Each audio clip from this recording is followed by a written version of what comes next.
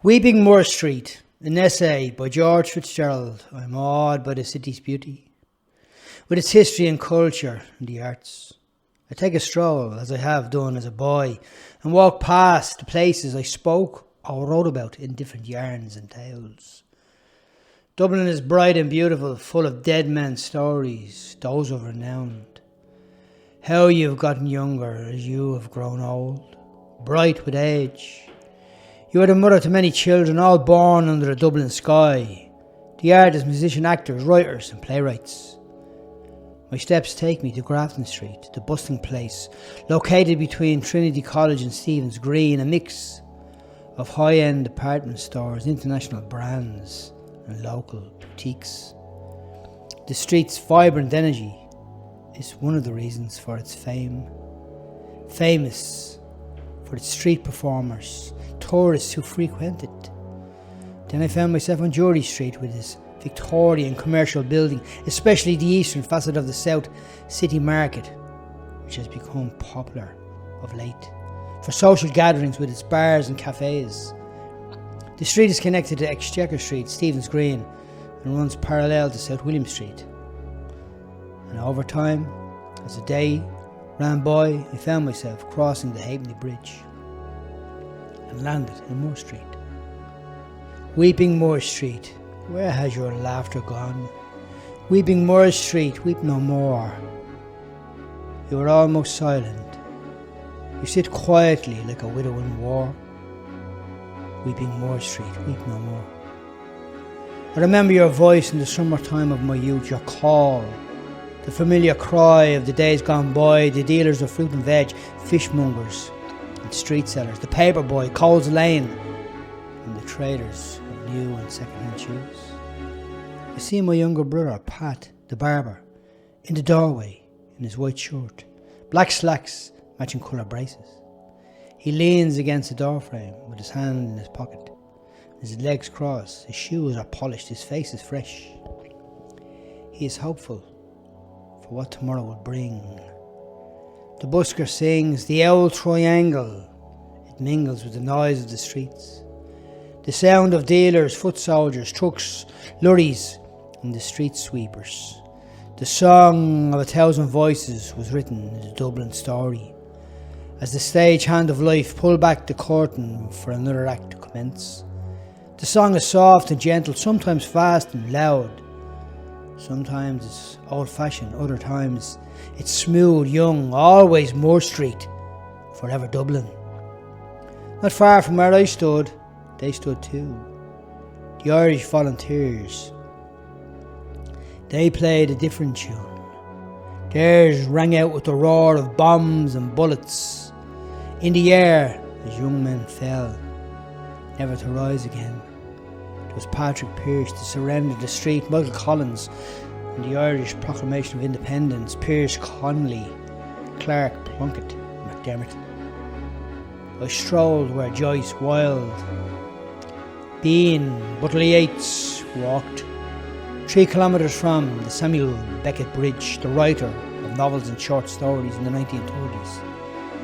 A man on the box in Henry Street shouts, "There is a time to be born, a time to die, a time to plant, and a time to pluck up what is planted, a time to kill and a time to heal, a time to break down and a time to build up, a time to weep and a time to laugh. Don't die on us, Moor Street. Don't say goodbye. You fed us fresh fruit and veg and fish from the sea. We all came to see you, Dublin's children, from Ballyfermot and Tala, Crumlin, Fatima, Dolphin's Barn, Shamrockdermot Street, Summerhill, Finglas and Ballymun, to name but a few. Saturday was your happiest day when everyone came to visit you. Men in the middle selling what they could, another with a briefcase and cheap jewellery. It was the days of penny apples and a bunch of bananas for 30 pence. You were born in the tenements in a city of slums. With the worst slums, you knew poverty that not many did. The rain did not stop you, nor did the cold. You braved the elements, battling on. You fed your own and the city's working class. So So don't say goodbye. You went back to work, didn't you? In 74, when the bomb stopped shouting. I was a boy when you did that, just as your mothers did before you. Run, says one, flee, says another. Here comes the coppers, trying to stop you from turning a shilling. I saw my neighbours pushing prams on Parnell Street as they were joined by the ladies from the Gloucester Diamond. Run, says one, flee, says another. Here comes the coppers trying to stop you from turning a shilling. There are footprints on your street. They'd have belonged to my grandfather and mother. My mad and dad, mine are there too. So are my sons. We know you well, Moore Street. Henry Street and Parnell Street watch you. Moore Street. What was it they saw? If they told us, what would their story be? Or what would they say? We saw young men die on the streets. We heard the hard leather running on the cobbles and the voice of different generations bellowing their cry. The tang of fresh paint is in the mouth of the speakers, tearing down the old, bringing in the new. Where were you when the street welcomed the barefooted children, those you called the great unwashed? Remember the voices. 5 pence for a pound of carrots. Sorry, 5 pence for a pound of tomatoes.